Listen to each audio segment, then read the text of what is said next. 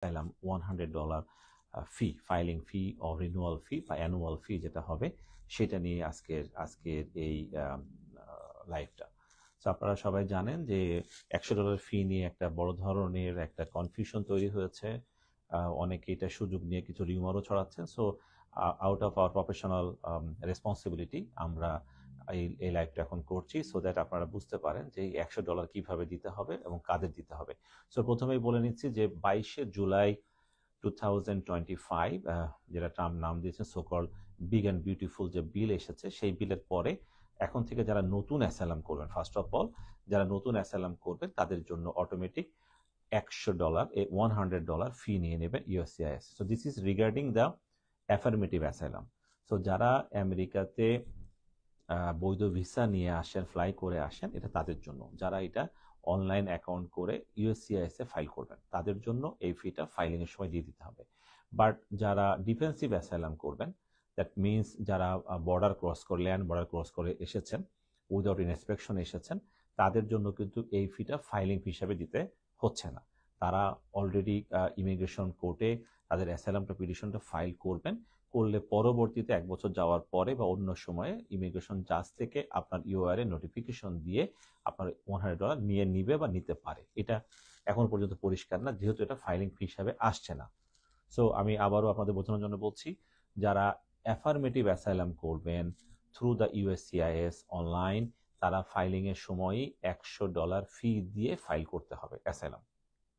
কিন্তু যারা কোর্টে করবেন, ইমিগ্রেশন জাজের কাছে করবেন ডিফেন্সিভ অ্যাসাইলাম, তাদের ক্ষেত্রে এই ফাইলিং ফিটা এখনো পর্যন্ত ফাইলিং এর সময় প্রযোজ্য নয়। দ্যাট মিনস আপনি যে একটা অ্যাসাইলাম পিটিশন পাঠাচ্ছেন তখন অন্য আবেদনের মতো সেখানে $100 পে চেক দিলেন বা পেমেন্ট দিলেন, নট নেসেসারি, এটা দেওয়ার প্রয়োজন নাই। সো এটা মোটামুটি আমরা নিশ্চিত। সো এটা অনেকেই জানেন যে since asylum has been started, I mean I-589, কখনোই কিন্তু এটা ফাইলিং এর জন্য কোনো ফি ছিল না। This is the first time Trump administration impose the fee after 22 July. And then এখন আর একটা যে বিষয় যেটা নিয়ে সবচেয়ে বেশি কনফিউশনে আছেন, আমাদের কাছে অসংখ্য কল এসেছে, সেই কলের পরিপ্রেক্ষিতে কিন্তু আজকের এই লাইভটা করা।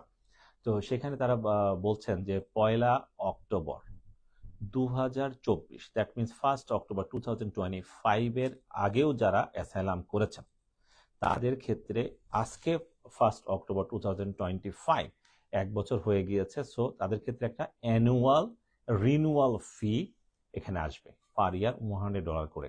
সো এইটা নিয়ে মূলত আমরা অনেক বেশি কল পেয়েছি। তো এক্ষেত্রে আমাদের পরিষ্কার বক্তব্য, যেটা ইউএসসিআইএস এর গাইডলাইনে এসেছে, অন্যান্য ইমিগ্রেশন যারা অথরিটি সেখান থেকে আমরা জেনেছি, ইউআর ওয়েবসাইট থেকে আমরা জেনেছি, সেটা হলো এই, with due respect to other যারা অনেক ব্যাখ্যা দিয়েছেন, আমি পরিষ্কার যে ব্যাখ্যাটা দিচ্ছি দয়া করে একটু মনোযোগ সহকারে শুনবেন যারা আমাদেরকে শুনছেন বা যারা পরে আমাদেরকে শুনবেন। প্রথমত ইউএসসিআইএস এ যারা অ্যাফার্মেটিভ অ্যাসাইলাম করেছেন তারা অনলাইনে লগ ইন করতে পারছেন। সো অনলাইনে লগ ইন করলে আপনাদের ওখানে যদি কোনো নোটিফিকেশন শো করে for paying this $100 as an annual fee, যে $100 যে বার্ষিক ফি বা রিনিউয়াল ফি, যদি আপনার অনলাইন অ্যাকাউন্টে কোনো নোটিফিকেশনে শো করে, অনলি দেন আপনি এটা পে করতে পারবেন। আদারওয়াইজ কিন্তু আপনার পে করার কোনো সুযোগ নাই। এটা অনলাইন নোটিফিকেশন আসতে পারে, অথবা ক্ষেত্র বিশেষে উইথ সাম এক্সেপশন এটার যে অ্যাড্রেস আপনার ইউএসসিআইএস এর ওয়েবসাইটে লগ ইনের যেখানে প্রোফাইলে দেওয়া আছে বা আপনার পিটিশন যে অ্যাড্রেস থেকে করেছেন সেই অ্যাড্রেসে তারা মেইলও করতে পারে। তো সেক্ষেত্রে যেটা নোটিশ যদি চলে আসে আপনার অনলাইনে কিংবা ম্যানুয়ালি, আই মিন আপনার ঠিকানায়, সেখানে পেমেন্ট ডিটেলস বলা থাকবে, হাউ টু পে। এটা আপনি ডিরেক্ট পে করতে পারবেন, এটা আপনি অনলাইনে পে করতে পারবেন, অথবা থ্রু ইয়োর রিপ্রেজেন্টেটিভ অর আইনজীবী আপনি পে করতে পারবেন।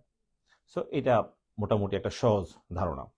দেন সেকেন্ডলি, যারা কোর্টে যাদের অ্যাসাইলাম আছে, আই মিন ইমিগ্রেশন জাজের কাছে, সেক্ষেত্রে তাদের যদি সিস্টেম আছে, ইওআইআর যে সিস্টেম আছে, সেখানে যাদের ইসিএসি পোর্টাল অনলাইনে আপনার যাদের লগ ইন করা আছে তারা নিজেরাও দেখতে পারবেন, সেখানে একটা নোটিফিকেশন আসবে। সো এক্ষেত্রে বলে রাখা ভালো, আনটিল কোনো নোটিফিকেশন না আসে ততক্ষণ পর্যন্ত আপনাকে কিন্তু কোনো $100 পে করতে হবে না। আমি আবারও বলছি, যতক্ষণ আপনি নোটিফিকেশন না পাবেন আপনার ইউআইয়ের সিস্টেমে, ততক্ষণ পর্যন্ত আপনাকে কোনো $100 পে করতে হবে না।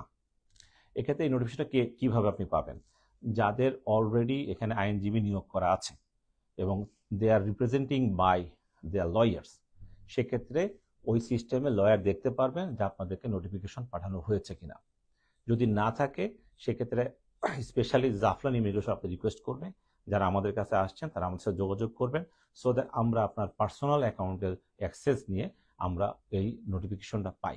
এক্ষেত্রে আফটার গেটিং দ্য নোটিফিকেশন, ধরেন আপনাকে নোটিফিকেশন পাঠিয়েছে to pay the $100 as an annual fee or renewal fee, সেক্ষেত্রে ওখানে একটা বারকোড থাকবে এবং আপনার এই নাম্বার থাকবে, সেইটা দিয়ে আপনাকে pay.gov, এটা আমেরিকার সমস্ত পেমেন্ট, আমরা যত পেমেন্ট করি এটা pay.gov থেকে যায়, সেইখানের এই বারকোড এবং এখানে যে নাম্বার বা যে ইনস্ট্রাকশন দেওয়া থাকবে সেই অনুযায়ী pay.gov এ যে আপনি নিজে পে করতে পারবেন, আমাদের থ্রুতে পে করতে পারবেন, আর যদি আপনার আইনজীবী নিয়োগ করা থাকে তিনি পে করতে পারবেন এবং এটা ডিরেক্টলি পে করতে পারবে। এটার জন্য আলাদা কোনো প্রসেসের প্রয়োজন নাই এখনো পর্যন্ত যেটা আমরা জানি। একইভাবে যদি ইউএসসিএস অনলাইনেও পেমেন্টের নোটিফিকেশন আসে, আইদার সেখানে তারা লিঙ্ক ক্রিয়েট করবে ফর দ্য পেমেন্ট, অথবা একইভাবে সেখানে বারকোড দেওয়া থাকবে বা কোনো নাম্বার থাকবে, লিঙ্ক থাকবে, সেখানে যে এই pay.gov আপনাকে পে করতে হবে। So end of the discussion, আপনারা কোনোভাবেই যে আমার এখনই পেমেন্ট করতে হবে কিনা, পেমেন্ট করলাম না জানি আমার কি হবে, ডোন্ট বি প্যানিকড।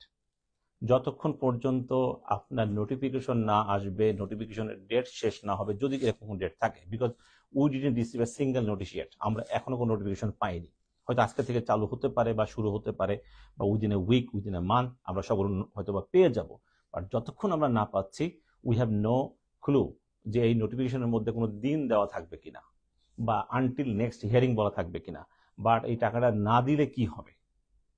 যদিও অনেক রিউমার ছড়িয়েছেন, বাট আনঅথেন্টিক ডিপেন্ডেবল নিউজ থেকে আমরা যেটা জানি যে এইটার একটা পেমেন্ট না করলে তার একটা কনসিকুয়েন্স আসতে পারে, বাট কি আসবে টিল নাও আমরা কিন্তু যেটা জানি না।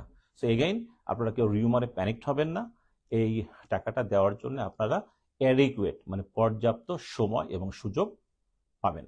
সো এই ছিল $100 নিয়ে আমাদের বক্তব্য। যদি এইটার বেসিসে কারোর আরো কোনো প্রশ্ন থাকে বা জানার কোনো বিষয় থাকে, আপনারা ডেফিনেটলি আমাদের জাফলার যে নাম্বার ক্যাপশনে দেওয়া আছে ওখানে ফোন করে জানতে পারবেন।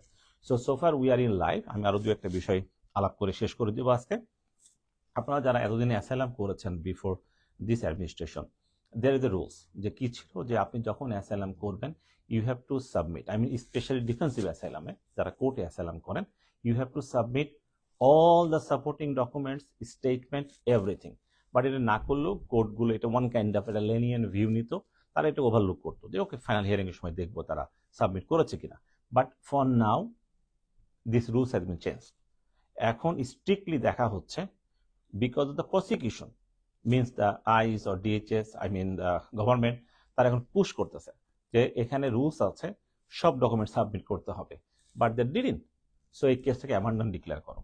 তো এক্ষেত্রে কোর্ট যেটা এখন করছে, আমরা যে কোনো ধরনের মোশন নিয়ে গেলে, even venue change, address change, anything, তারা ওই কেসটাতে দেখতেছে যে all the documents have been submitted are not, এবং এটা নট হলে ক্ষেত্র বিশেষে তারা খুব একটা হার্শ ডিসিশন নিচ্ছে, স্টেট রিমুভালে চলে যাচ্ছে, অথবা 60 ডেজের একটা টাইম দিয়ে বলতেছে এর মধ্যে যদি all documents if not submitted within this time, যদি এই সময়ের মধ্যে সাবমিট না হয়, the case should be treated considered as abandoned. So আপনাদেরকে বলছি যারা অ্যাসাইলাম করেছেন বা করবেন বলে ভাবছেন বা কিছুদিন আগে করেছেন, হিয়ারিং হয়তো এখন দেরি আছে, ডোন্ট থিঙ্ক যে হিয়ারিং দেরি আছে বলেই আপনার ডকুমেন্ট লাগবে না। No, prepare the document right now and try as soon as possible submit all those things in court. কারণ কিছু কোর্টে এমনও আমাদের এক্সপিরিয়েন্স হচ্ছে যেখানে কোর্টে আসার আগেই the clerks they are making a list যে কোন কেসগুলোতে ডকুমেন্ট নাই, তো সেইগুলো তারা ফাইন্ড আউট করছে এবং সেই সব ঠিকানাতে যেসব দ্য অ্যাসাইলাম সিকার্স যারা আছেন সেখানে বিভিন্নভাবে আইস যাচ্ছে বা তাদের কাজে যাচ্ছে বা তাদেরকে ফলো করছে, এবং ওয়ান্স অ্যারেস্ট যদি হয় এবং দেখা যায় যদি তার অ্যাসাইলামের ডকুমেন্ট দেওয়া নাই, আলটিমেট রেজাল্ট কিন্তু ডিপোর্টেশন। Be careful. আপনি যদি কোনো কারণে অ্যাসাইলাম করেছেন, অ্যাসাইলাম পেন্ডিং আছে, but you have been arrested for some any reason, তারপর যদি দেখার পর দেখা যায় যে আপনার অ্যাসাইলামের মধ্যে কোনো ডকুমেন্টস সাবমিট করা নাই, এভিডেন্স নাই, সাপোর্টিং ডকুমেন্টস নাই, স্টেটমেন্ট নাই, দেন মোস্ট probably আপনাকে কিন্তু ডিপোর্ট করবে। So be careful, submit your all documents as soon as possible. So এই ছিল মোটামুটি আজকে আমাদের লাইভের বক্তব্য। এছাড়া যথারীতি জাফরান ইমিগ্রেশন, আমরা বাফেলোতে located.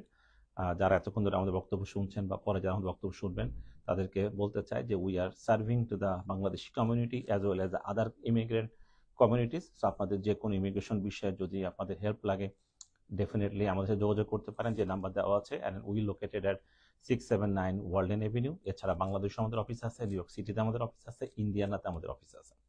So again once again ধন্যবাদ and thanks to buffalo Bangla. আজকে